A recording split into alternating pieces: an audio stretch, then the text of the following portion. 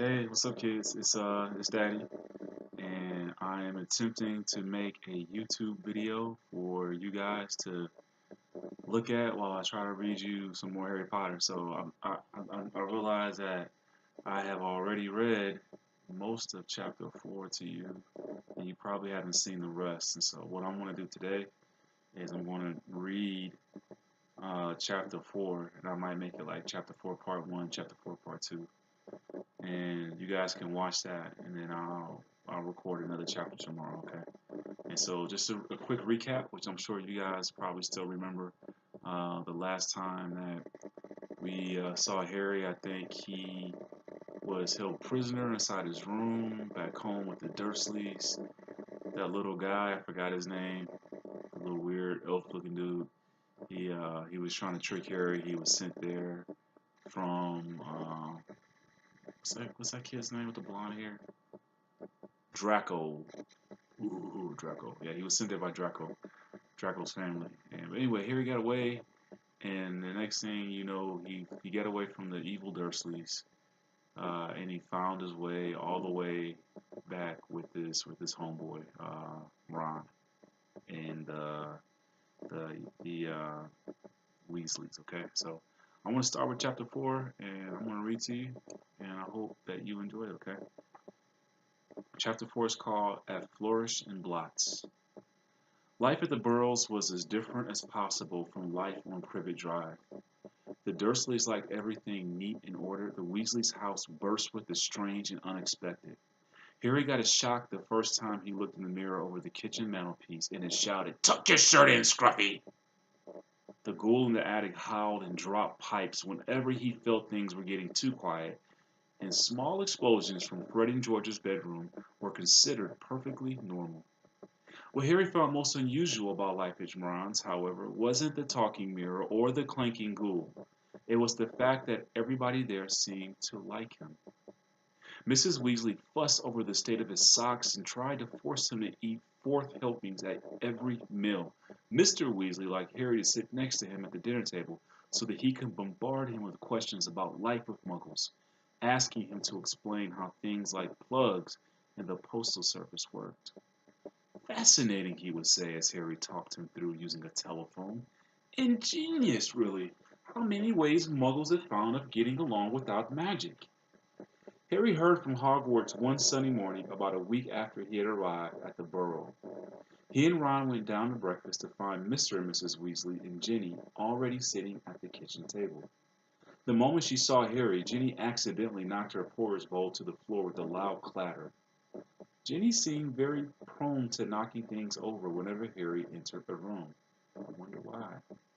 She dived under the table to retrieve the bowl and emerged with her face glowing like the setting sun. I like the way she wrote that. Pretending he hadn't noticed this, Harry sat down and took the toast Mrs. Weasley offered him. "Letters from school," said Mr. Weasley, passing Harry and Ron identical envelopes of yellowish parchment. Parchment is like another word for like paper. Addressed in green ink. "Dumbledore already knows you're here," said Harry. "Doesn't miss a trick, that man. You've got them too," he added as Fred and George ambled in, still in their pajamas. For a few minutes there was silence as they all read their letters.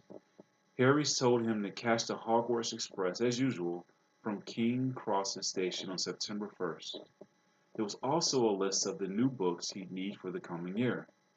Second-year students were required The Standard Book of Spells, Grade 2 by Miranda Gosshawk, Break with the Banshee by Gilderoy Lockhart, Gadding with Ghouls by Gilderoy Lockhart, Holidays with Hags by Gilderoy Lockhart, Travels with Trolls by Gilderoy Lockhart, Voyages with Vampires by Gilderoy Lockhart, Wanderings with Werewolves by Gilderoy Lockhart, Year with the Yeti by Gilderoy Lockhart, Boo-Booing with Ben by Gilderoy Lockhart, Barding with Frank by Oh wait a minute, I just made that last part up. So Frank and Ben Gilderoy didn't write any books watching. But Fred, who had finished his own list, peered over at Harry's. "You've been told to get all Lockhart's books too," he said. "The new defense against the dark arts teacher must be a fan. Bet it's a witch." At this point, Fred caught his mother's eye and quickly busied himself with the marmalade. That lot won't come cheap, said George, with a quick look at his parents. Lockhart's books are really expensive. Well, we'll manage, said Mrs. Weasley, but she looked worried. I expect we'll be able to pick up a lot of Jenny's things secondhand. Secondhand means like it's already been used by somebody else. And you're not getting a new version of it, you're getting a previously used version of it. So it sounds to me like the Weasleys don't have a lot of money. Oh, are you starting a Hogwarts this year? Harry asked Jenny. She nodded, blushing to the roots of her flaming hair, and put her elbow in the butter dish. Fortunately, no one saw this except Harry, because just then Ron's elder brother Percy walked in. He was already dressed, his Hogwarts prefect badge pinned to his sweater vest. Morning all, said Percy briskly. Lovely day. He sat down on the morning, he sat down on the only remaining chair, but leapt up again almost immediately, pulling from underneath him a molting gray feather duster. At least that was what Harry thought it was, until he saw that it was breathing. Errol, said Ron, taking the limp owl from Percy and extracting a letter from under his wing. Finally! He's got Hermione's answer. I wrote to her saying we were going to try and rescue you from the Dursleys. He carried Errol to a perch just inside the back door and tried to stand him on it, but Errol flopped straight off again, so Ron laid him on the draining board instead, muttering, pathetic. Then he ripped open Hermione's letter and read it aloud. Dear Ron and Harry, if you're there, I hope everything went all right, that Harry's okay, and that you didn't do anything illegal to get him out, Ron, because that would get Harry in trouble too. I've been really worried, and if Harry is all right, would you please let me know at once? But perhaps it would be better if you used a different aisle, because I think another delivery might finish your one off. I'm very busy with schoolwork, of course. How can she be? Said Ron in horror. We're on vacation, and we're going to London next Wednesday to buy my new books. Why don't we meet in Diagon Alley? Let me know what's happening as soon as you can. Love, from Hermione. Well, that fits in nicely. We can go and get all your things too, said Mrs. Weasley, starting to clear the table. What are you all up to today? Harry, Ron, Fred, and George were planning to go up the hill to a small paddock the Weasleys owned. It was surrounded by trees that blocked it from view of the village below, meaning that they could practice Quidditch there, as long as they didn't fly too high. They couldn't use real Quidditch balls, which would have been hard to explain if they had escaped and flown away over the village. Instead, they threw apples for one another to catch. They took turns riding Harry's Nimbus 2000, which was easily the best broom. Ron's old shooting star was often outstripped by passing butterflies. 5 minutes later, they were marching up the hill, broomsticks over their shoulders. They had asked Percy if he wanted to join them, but he had said he was busy. Harry had only seen Percy at mealtime so far. He stayed shut in his room the rest of the time. Wish I knew what he was up to, said Fred, frowning. He's not himself. His exam results came the day before you did. 12 OWLs, and he hardly gloated at all. To gloat means like to brag. Ordinary wizarding levels, George explained, seeing Harry's puzzled look. Bill got 12 too. If we're not careful, we'll have another head boy in the family. I don't think I could stand the shame. Bill was the oldest Weasley brother. He and the next brother, Charlie, had already left Hogwarts. Harry had never met either of them, but knew that Charlie was in Romania studying dragons, and Bill in Egypt working for the Wizards' Bank of Gringotts. Don't know how Mom and Dad are going to afford all our school stuff this year, said George after a while. 5 sets of Lockhart books, and Jenny needs robes and a wand and everything. Harry said nothing. He felt a bit awkward. Stored in an underground vault at Gringotts in London was a small fortune that his parents had left him. Of course, it was only in the wizarding world that he had money. He couldn't use galleons, sickles, newts, or in muggle shops. He had never mentioned his Gringotts bank account to the Dursleys.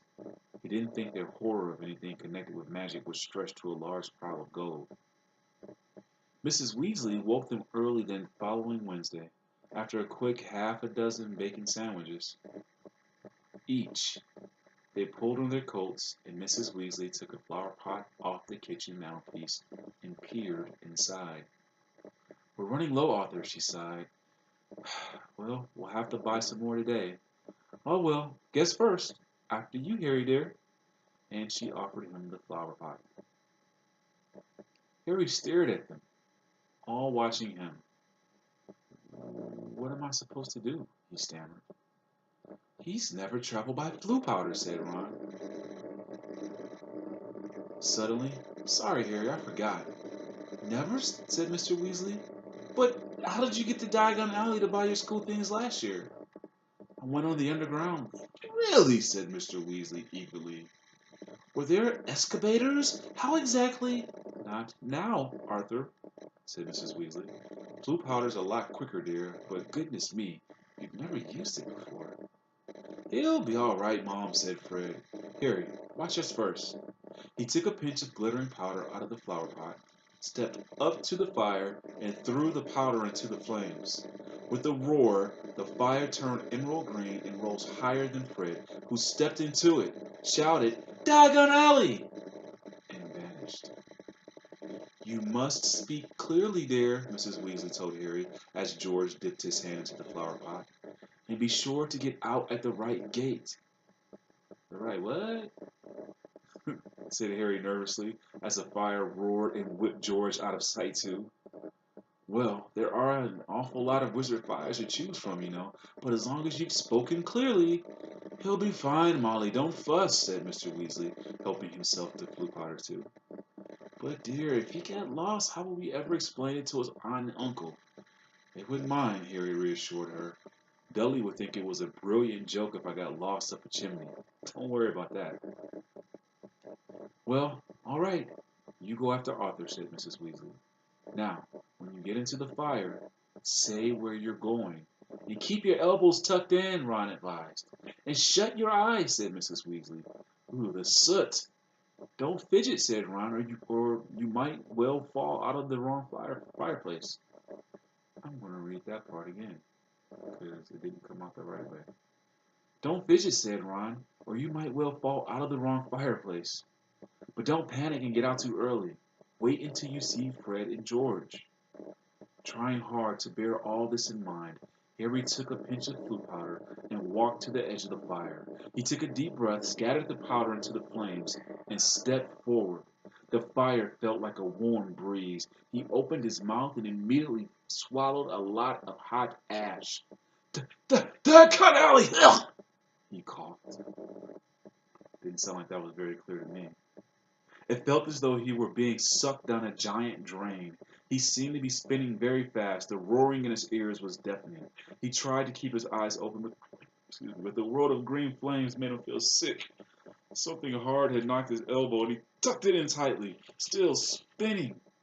Spinning! Now it felt as though cold hands were slapping his face. Squinting through his glasses, he saw a blurred stream of fireplaces and snatched glimpses of the rooms beyond. His bacon sandwiches were churning inside of him. He closed his eyes again, wishing it would stop, and then he fell, face forward, onto cold stone, and felt the bridge of his glasses snap. Dizzy and bruised, covered in soot, he got gingerly to his feet, holding his broken glasses up to his eyes. He was quite alone. But where he was, he had no idea. All he could tell was that he was standing in the stone fireplace of what looked like a large, dimly lit wizard shop. But nothing in here was ever likely going to be on a Hogwarts school list. A glass case nearby held a withered hand on a cushion, a blood-stained pack of cards, and a staring eye. Evil-looking masks stared down from the walls. An assortment of human bones lay upon the counter, and rusty spiked instruments hung from the ceiling. Even worse, the dark, narrow street Harry could see through the dusty shop window was definitely not Diagon Alley. The sooner he got out of here, the better. Nose still stinging where it hit the hearth, Harry made his way swiftly and silently toward the door. But before he got halfway toward it, two people appeared on the other side of the glass, and one of them was the very last person Harry wanted to meet when he was lost, covered in soot and wearing broken glasses. Draco Malfoy. Did you guess who that was? Alright guys, I want to stop right here at this page because we're at about 15 minutes and I'm not sure. I gotta test out uploading a YouTube video from out here in Afghanistan and whatnot. And you guys take a look at that and I will read you the next part. That'll be the next thing I read, will be the rest of this chapter, okay? I love you guys and I miss you. And until we get to chapter 4, I think chapter 4. Yep, chapter 4, part 2, okay? I love y'all. Bye.